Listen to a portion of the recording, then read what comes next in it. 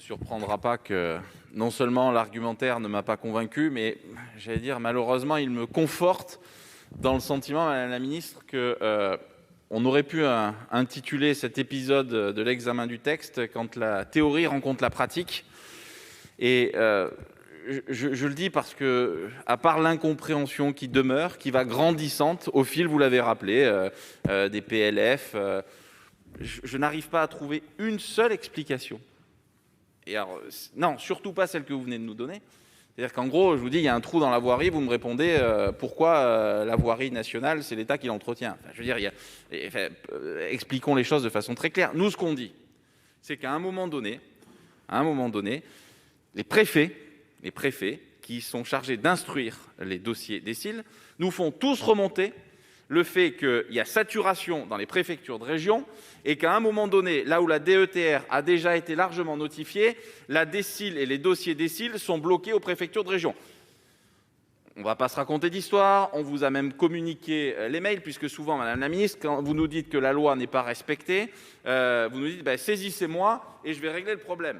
Là, je vous ai donné tous les éléments qui vous permettaient de juger et d'apprécier la véracité de nos propos. Aujourd'hui, alors qu'ici, on est tous en train de parler des plans de relance, vous avez des communes qui attendent encore de savoir ou des intercommunalités, si elles percevront la DSIL et à quelle hauteur, pour savoir si elles vont engager les travaux. Mais la réalité, c'est juste celle-là. Nous, à la limite, on fait œuvre utile pour l'État. C'est les préfets de département qui nous saisissent. Parce que qu'est-ce qui se passe? Ce sont les préfets de département qui instruisent. Et une fois qu'ils ont instruit, ils font remonter à la préfecture de région. Et la préfecture de région nous dit « C'est bien gentil, vous avez donné le milliard, mais vous ne nous avez pas donné le personnel pour instruire les dossiers aussi rapidement qu'on voudrait le faire. » Enfin, il y a un moment donné, moi je veux bien tout entendre, mais on ne peut pas vouloir l'efficience et dans l'action de l'État et être sourd aux arguments qui sont les nôtres. Dernier point, parce que celui-là aussi, il est savoureux. Nous, on vous laisse 20% justement pour garder le caractère structurant, ce qui ne vous oblige pas justement à changer les modalités d'attribution de la DSIL.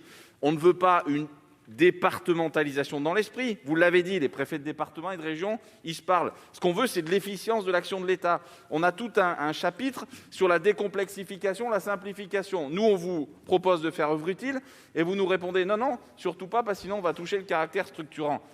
Mais je vous assure, ce discours-là, il est plus audible par les élus des territoires. Les maires, ils n'en peuvent plus, parce que les maires, ils sont encore à attendre de savoir si leur dossier, aussi structurant soit-il, aura une notification.